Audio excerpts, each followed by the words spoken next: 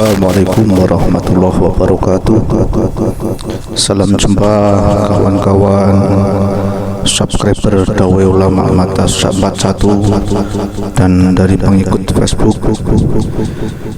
Alhamdulillah pada kesempatan ini kita semua tetap dalam lindungan Allah Subhanahu wa taala sehingga kita termasuk orang-orang yang selamat, baik selamat di dunia maupun di akhirat. Amin amin ya rabbal alamin.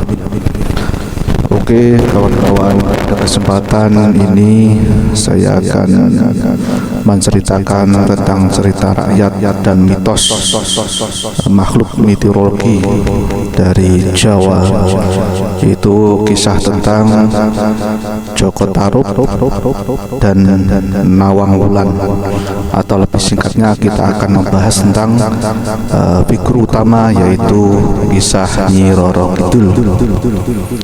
Jadi di masyarakat sudah tidak asing lagi tentang kisah Nyi Roro Kidul, tapi ada berbagai sumber, berbagai versi di masyarakat itu yang masih simpang siur bagaimana ceritanya. Oke, mungkin kali ini saya akan membahas tentang versi Jawa.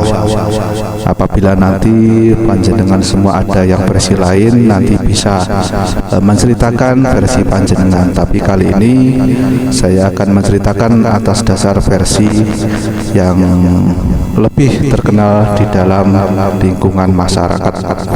Oke, kita awali diceritakan pada awalnya Jaka Tarub ketika masih kecil itu namanya adalah Kidang Telangkas. Jadi nama kecil dari Jaka Tarub adalah Kidang Telangkas. Lalu siapa dia? Dia adalah anak angkat dari Nyai Randa. Nyai Randa Tarub. Itulah sebabnya Kidang Telangkas kemudian lebih dikenal dengan nama Jaka Tarub. Jadi karena ibunya adalah Randa Tarub, maka si Kidang Telangkas tadi lebih terkenal dengan Jaka Tarub. Sejak kecil ia mempunyai kegemaran berburu dengan sumpitan. Sumpitan itu kalau Jawa itu namanya tulup. Tulup kalau bahasa Indonesianya sumpitan. Nah, setelah menjelang dewasa, dia itu masih meneruskan hobinya, yaitu berburu macam burung. Ya. Pada suatu hari Jaka Tarub duduk di pendapa rumah menikmati kicauan burung piaraan. Bahasa Jawanya adalah leyeh-leyeh di teras rumah. Kemudian suatu ketika di dalam cangkruannya dia mendengarkan kicauan burung perkutut di atas pohon mangga di depan rumahnya. Jadi enak-enak di depan rumah dia mendengar perkutut yang berkicau. Lalu dia bergumam, sungguh merdu suara burung perkutut itu. Jaka Tarub ingin menangkap burung perkutut itu, tetapi burung itu tiba-tiba terbang. Lalu singkat cerita, Jaka Tarub terus mengejar burung itu sehingga sampai di tengah hutan. Jadi terus dikejar, kemana perginya dia sampai di tengah hutan. Di tengah hutan, di situ ada sebuah telaga. Jaka Tarub yang saat itu sudah dewasa menghentikan langkahnya karena mendengar suara perempuan yang sedang bermain atau sedang bercanda, bercengkrama di dalam telaga itu.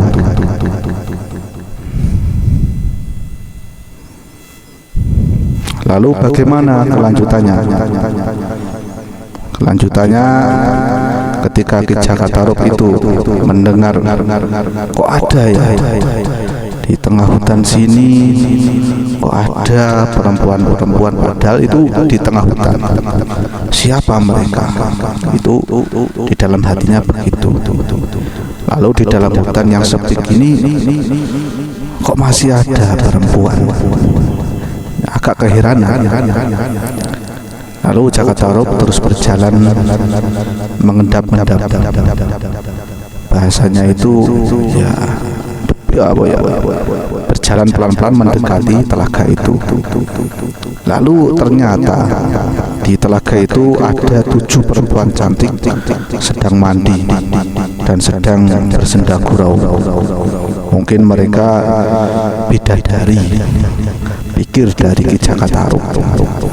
Mata Jakatarub terus-menerus tertuju melongo melihat kecantikan dari mereka. Tiba-tiba ia melihat pakaian indah berserakan di atas batu tepi telaga. Jadi di tengah-tengah dia itu melihat mengawasi mereka, dia melihat pakaiannya berserakan. Otomatis kan kalau mandi kan copot baju gitu. Pasti pakaian itu milik para bidadari itu. Aku ingin mengambil satu pasang, kata Jakatarub sambil berjalan mengendap-endap. Akhirnya Ki Jakatarub berhasil mengambil satu pasang pakaian bidadari. Pakaian itu ia sembunyikan di bawah tumpukan padi di lubungnya. Dibawa pulang, ditaruh di bawah tumpukan padi. Kemudian Jakatarub bergegas menuju ke telaga. Ketika itu para bidadari telah berhasil. Ketika itu para bidadari telah berhasil bergegas mau menyelesaikan mandinya mereka.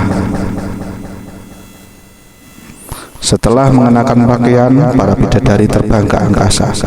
Bidadari yang namanya Nawang Wulan tidak menemukan pakaiannya sehingga ia tidak dapat terbang ke Kahyangan bersama saudaranya.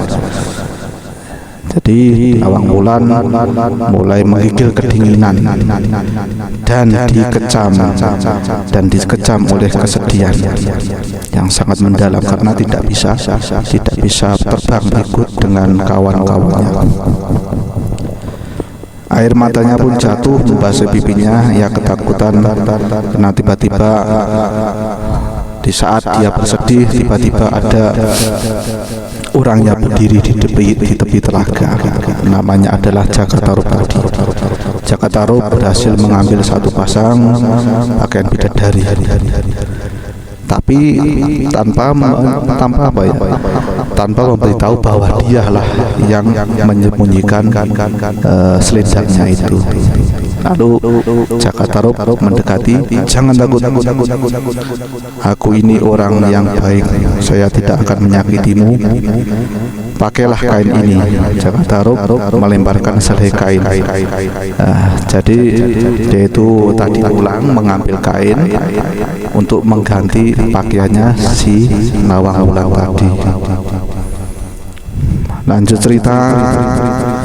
Nawang Wulan menangkap kain yang dilemparkan Jakatarub. Setelah mengenakan kain, lalu berbicara, marilah aku bantu, kata Ki Jakatarub sambil mengulurkan tangannya. Jakatarub dan Nawang Wulan lalu duduk di atas batu di tepi telaga. Perkenalan, nama kamu siapa? Nama saya Nawang Wulan. Dinda Nawang Wulan mungkin sudah menjadi kehendak dewata bahwa Dinda harus hidup di bumi, kata Jakatarub. Nawang Wulan dalam hatinya mungkin benar, kata orang ini, aku telah ditakdirkan hidup di bumi. Lalu Jakatarub mengajukan perkataannya, Dinda Nawang Wulan, apakah Dinda mau tinggal di rumahku? Kata Jakatarub.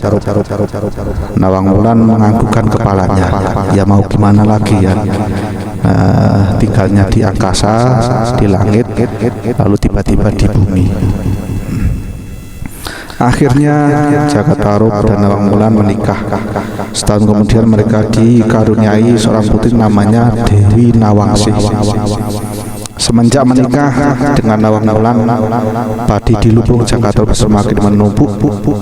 Jakarta pun keheranan karena istrinya tidak pernah menumpuk padi, tetapi kok setiap hari dia bisa memasak. Pada suatu hari Nawang Wulan hendak menanak nasi. Ia ingin pergi ke sungai. Ia kemudian memanggil suaminya, "Kakanda, Jakarta, tunggulah api ini, tetapi jangan sekali-kali Kakanda membuka tutup kukusan ini." Pesan dari Dewi Nawang Wulan. Jakarta semakin penasaran karena istrinya selalu berkata begitu ketika akan pergi meninggalkan dapurnya. Lalu Jakarta tidak mengindahkan larangan istrinya, ia membuka tutup kukusan itu. Ya. Lalu gimana ceritanya lagi? Pantas padi di lumbungku tidak pernah berkurang. Rupanya istriku kalau masak nasi hanya mengambil 1 butir padi saja, seraya menutup kembali kukusan itu.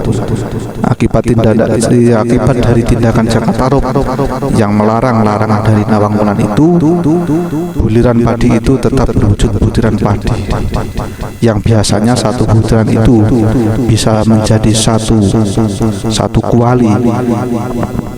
Semenjak Jakarta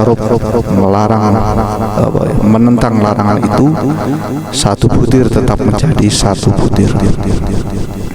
Nawang Wulan kalau menanak nasi harus terlebih dahulu menumpuk padi seperti orang biasanya. Lama-lama persediaan padi di lumbung akan habis. Akhirnya Nawang Wulan menemukan pakaian kayangan yang dahulu disembunyikan oleh Jakarta. Ingatan Nawang Wulan kembali ke masa lalu. Ia teringat pada saudara-saudaranya yang ada di kayangan. Pakaian kayangan itulah lalu ia pakai sehingga mendapatkan kebidadariannya kembali. Kemudian ia terbang ke kayangan untuk menemui saudara-saudaranya. Akan tetapi ceritanya sampai di kayangan ia tidak diterima lagi sebagai bidadari. Jadi setelah beberapa tahun dia kembali ke kayangan, dia tidak diterima oleh bangsa kayangan. Singkat cerita, Nawang Wulan disuruh tinggal di Laut Selatan. Ia kemudian menjadi penguasa Laut Selatan yang digelari dengan Nyi Roro Kidul. Itulah singkat cerita dari cerita Nyi Roro Kidul dalam versi kali ini, yang mungkin saya tidak mungkin panjenengan punya versi lain, monggo nanti panjenengan ceritakan, tapi kali ini saya menggunakan versi Jawa ini tanpa mengurangi kehormatan dari cerita yang beredar di masyarakat.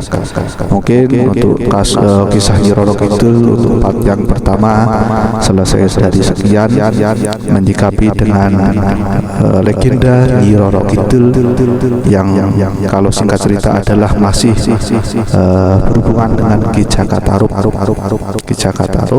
yang memiliki istri dari kaum bidadari Dewi Nawang Wulan, memiliki anak yang namanya Dewi Nawangsih. Dewi Nawang Wulan ini yang sekarang ini terkenal dengan nama Nyi Roro Kidul karena dia itu bidadari setelah dewa, makanya dia memiliki kesaktian yang di luar dari kesaktian para makhluk yang lain.